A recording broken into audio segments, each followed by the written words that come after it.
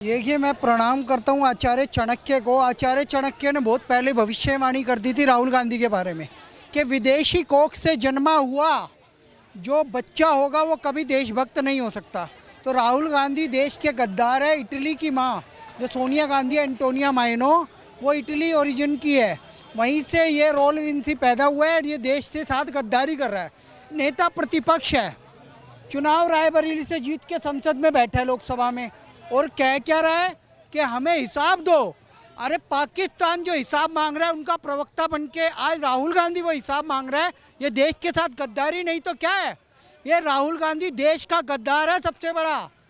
और ये हमारी जो जो इसकी ऑडिट होती है सेना की एक कमेटी है, उसमें भी है ये हर 1 या 2 महीने बाद।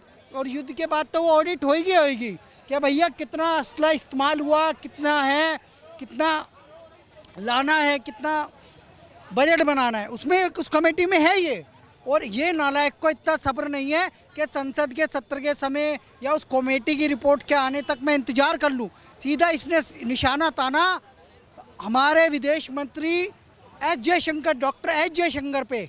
और जो एक्सटर्नल अफेयर में इंटरफेयर करेगा, समझ लो वो देश का गद्दार है।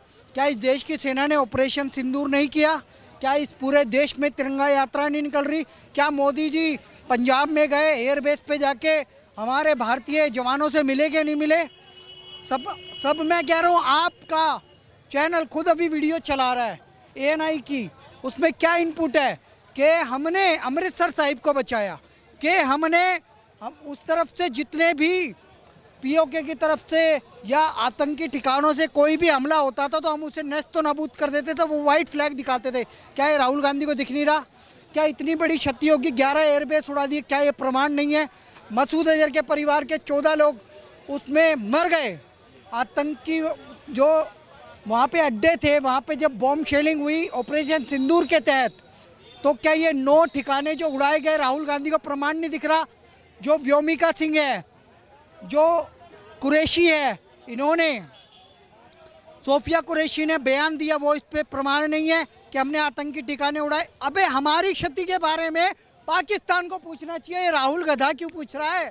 तो राहुल गांधी मेरी नज़रों में देश का गद्दार है और इसकी संसदीय सदस्यता रद्द होनी चाहिए। ये लीडर ऑफ अपोजिशन बनने लायक नहीं है। ये पाकिस्तान को लेकर जो सवाल खड़े किए जा रहे हैं, पाकिस्तान को ध्वस्त कर दिया गया, उसके सारे आतंकी ठिकानों को ध्वस्त कर दिया गया ऑपरेशन सिंदूर के माध्यम से। लेकिन पवन खेरा जो कांग्रेस नेता है, उनका साफ तौर पर यह कहना रहता है कि जब सिंदूर का सौदा हो रहा था देश में, तब प्रधानमंत्री चुप थे। यार सौदेगरी पता है किसे कहते हैं? जो डोनाल्ड ट्रंप दलाली करके आया है। सीरिया के शायद प्रेसिडेंट जो बना है वो एक आतंकवादी था, उसके साथ मिल के आया है। कहाँ पे? सऊदी अरब में। मोदी सऊदी अरब की अपनी यात्रा छोड़ के आए थे ऑपरेशन सिंदूर चलाने के लिए। क्या पवन खेड़ा को दिखाई नहीं देता? इस देश की एकता अखंडता से कोई समझौता नहीं। सौगंध मुझे इस मिट्टी की, मैं देश नहीं झुकने दूंगा, मैं देश नहीं रुकने दूंगा, मैं देश नहीं मिटने दूंगा का नारा देने वाले नरेंद्र मोदी इस देश की एकता अखंडता के लिए जीते और मरते हैं। हर दिवाली भारतीय सेना के साथ मनाते हैं। राहुल गांधी अभी तक सेना के साथ मिलने गए? राहुल गांधी ने जय हिंद भारत माता की जय लिखी? राहुल गांधी ने भारतीय सेना के पराक्रम पे कोई रैली निकाली? नहीं। ये देश के गद्दार है विपक्ष वाले। इनसे बढ़िया तो ओवैसी निकला। इनसे बढ़िया तो मैं कह रहा हूँ कुछ ऐसे लोग हैं जो अभी तक नहीं उभर के आते थे, अब वो उभर के बोल रहे हैं कि हम देश के साथ खड़े, देश की सेना के साथ खड़े। पवन खेड़ा का सर्टिफिकेट नहीं चाहिए, वो अपना घंटा बजवाएं सुप्रिया श्रीनेत से, मैं तो इतना ही जानता हूँ। और राहुल गांधी 1 नंबर का नालायक है, और उसके चमचे सुप्रिया श्रीनेत और ये एक और क्या नाम है इसका, पवन खेड़ा, ये सब नालायक लोग हैं। इनकी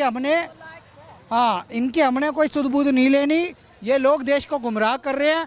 मोदी जी को तीसरी बार चुना है देश की जनता ने, मोदी जी को तीसरी बार प्रधानमंत्री बनाया देश की जनता ने, और देश को पूरा भरोसा है मोदी जी पे। भारतीय सेना ने ऑपरेशन सिंदूर किया है। भारतीय सेना को सैल्यूट है। भारतीय सेना से हम कोई प्रश्न नहीं पूछ सकते, मोदी सरकार से हम कोई प्रश्न नहीं पूछ सकते, हमारी इतनी औकात नहीं है। जय हिंद। पवन खेड़ा जिस तरीके से आरोप लगा रहे हैं कि जब सिंदूर का सौदा होता रहा तो प्रधानमंत्री चुप थे। प्रधानमंत्री 8 बजे रात में जो आकर देश को संबोधित किए, तो वो उनको नहीं दिखा क्या? देखिए ऐसा है, कुछ लोग कॉलोनियल माइंडसेट के चलते उनके दिमाग में वही भरा होता है, ठीक है। अब चूंकि इन लोगों ने, इनकी अपनी कोई एबिलिटी होती नहीं है, बाप के नाम पे ये इनकी राजनीति चलती है। भाई साहब, ऑपरेशन सिंदूर अभी बंद कहाँ हुआ? क्या बंद हो गया? नहीं बंद हुआ ना।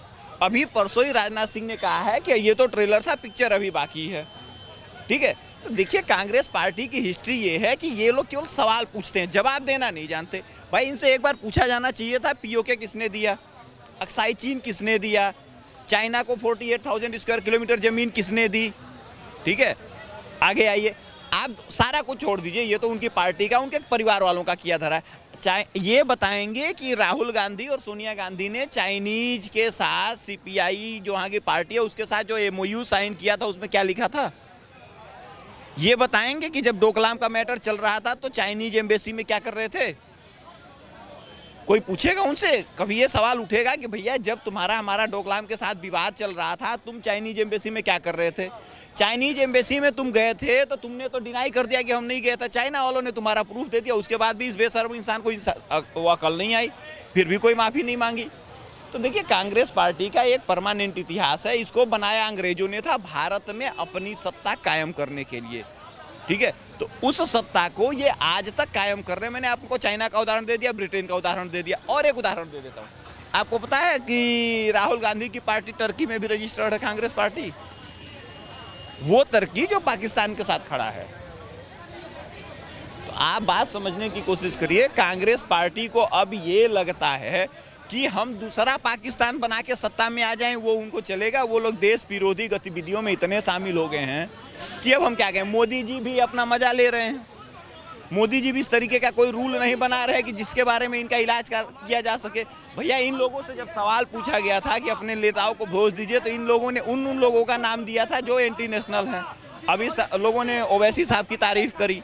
भैया देखिए, ओवैसी साहब शुरू से एंटी पाकिस्तान रहे हैं। ओवैसी साहब कभी भी पाकिस्तान के सपोर्ट में नहीं रहे हैं। वो हमेशा पाकिस्तान के सपोर्ट में, हमेशा उसको मिटा दो, ख़त्म कर दो, जो चाहो करो, वो पाकिस्तान के सपोर्ट में रहे हैं, नहीं रहे हैं। लेकिन उनको भारत में अपनी राजनीति करनी है, और वो भारत में मुसलमानों के खिलाफ जो होगा उसको रेडिकल बनाने में कोई कसर नहीं छोड़ेंगे। इसको कहा जाता है हिपोक्रेसी।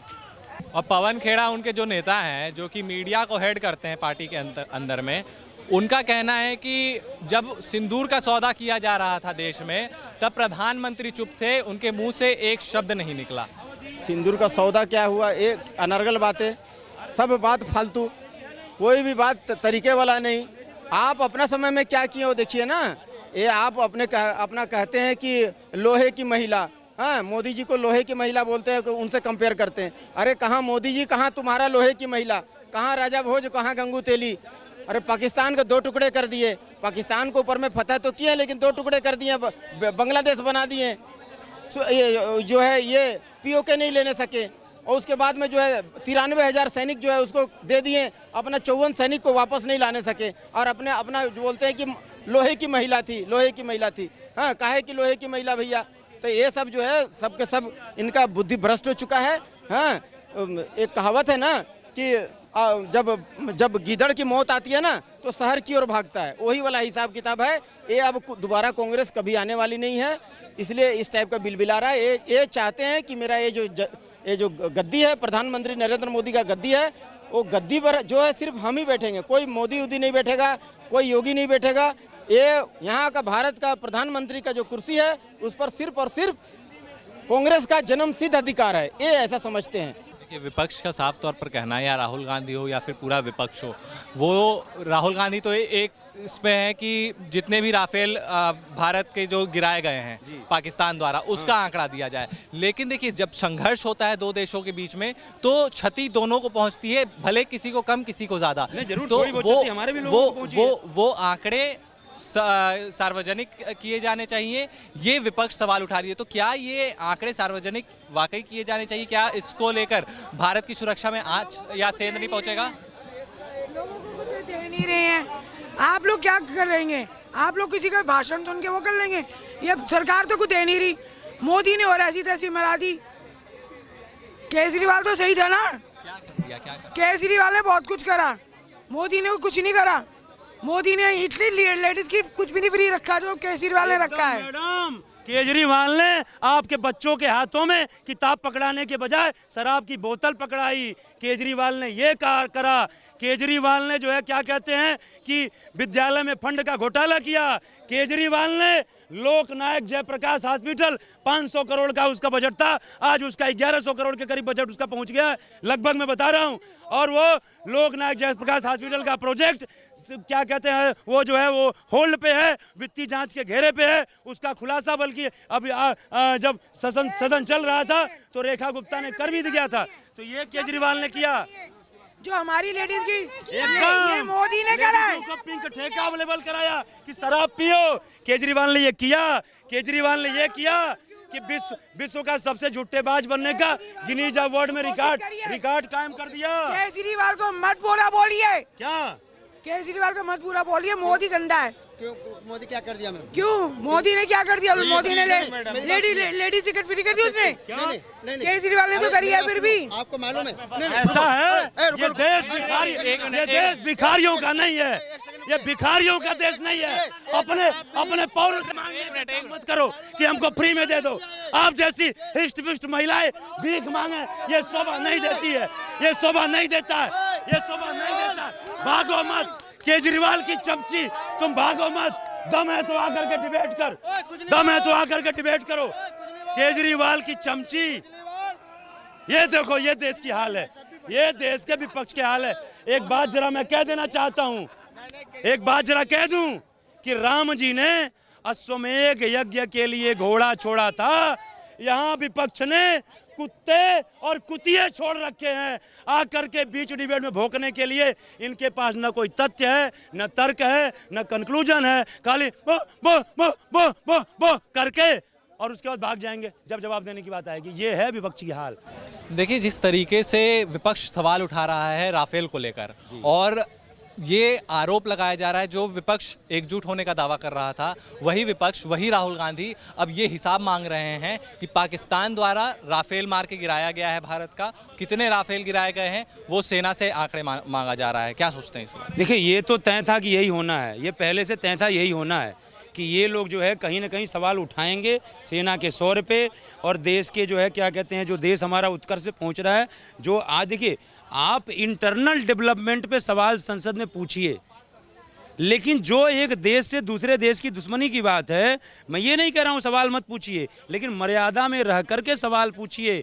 मैं ये कहता हूँ पाकिस्तान ने क्या किया? इनके कितने 55 या 56 राफेल मैंने मार के गिरा दिए। पाकिस्तान ने कहा इनके आदमपुर का एयरबेस मैंने तबाह कर दिया, उसको क्षति पहुँचा दी। मोदी जी जा करके वहाँ से भाषण दिए और पूरा वीडियो दुनिया ने देखा, एक भी कहीं कोई क्षति नहीं हुई है। जब पाकिस्तान कह रहा है हम उनके 56 राफेल मार करके गिरा दिए, अरे एक राफेल का तो सबूत देता। हमारे देश की सेना गई वहाँ पे, जो मारी आतंकियों के 9 ठिकाने तबाह किए और तमाम उनके एयरबेस को जो है उड़ाने का काम किया, ध्वस्त करने का काम किया, बहुत सारी वीडियो तो देने का काम किया। लेकिन पाकिस्तान जो है कह रहा है इनके राफेल को मार के गिरा दिया। एक राफेल का तो वीडियो दे, एक राफेल का तो पुख्ता वीडियो दे। कहीं ना कहीं ये देखिए, इन लोगों के अपरिपक्व राजनीति का यह परिचायक है, चाहे वो अखिलेश यादव हो, चाहे राहुल गांधी हो, या और तमाम जो है विपक्ष के नेता हों, चाहे तेजस्वी यादव हो। मैं ज़रा पूछना चाहता हूँ, जब जो है क्या कहते हैं कि जब जो है क्या कहते हैं कि ये सीज फायर हुआ तो तमाम कांग्रेस के लोगों ने और कांग्रेस पार्टी पे बैनर लगा, इंदिरा गांधी होना सबके बस की बात नहीं है।